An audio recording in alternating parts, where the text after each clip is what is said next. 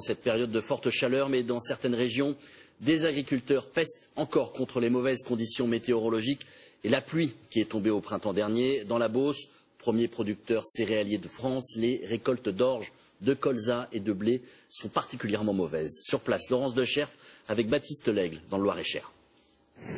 Habituellement, la moisson est une fête. Mais cette année, dans la Beauce, c'est l'angoisse des agriculteurs. 50% d'orge en moins, un colza de mauvaise qualité. Laurent Bruer va attaquer sa moisson de blé sans trop d'espoir.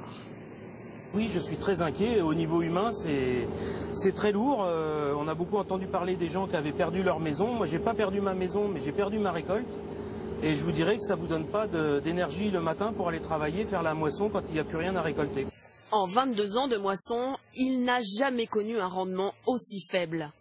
Sur certaines parcelles, c'est même la catastrophe. Ma parcelle, on ne devrait pas marcher comme ça dedans déjà. Ma parcelle, elle devrait être toute comme ça. Elle devrait être toute droite comme ça. Sauf qu'il est tombé tellement des pluies fortes avec du vent que ça a tout versé. Alors vous voyez, les épis, tout est cassé. La raison, la voilà. Trop d'eau et un manque de soleil, comme on le voit sur les photos de ces mêmes champs il y a quelques mois.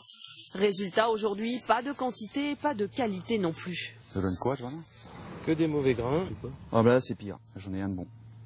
Les prix sont déjà revus à la baisse pour les céréaliers, car la production mondiale, elle, est abondante. Comme on est basé sur un cours mondial et que les acheteurs, les traders achètent cher s'il y a du manque, s'ils savent qu'il n'y a pas de manque mondialement, ben, ils ne vont pas acheter cher. Donc il n'y aura pas de compensation par le prix? Il n'y aura pas de compensation par le prix. Même constat dans le département voisin, le Loiret. Pour Thierry Daubigny, produire 1 hectare lui coûte 1 000 €, mais cette année, il ne sera payé que 500 €. Résultat...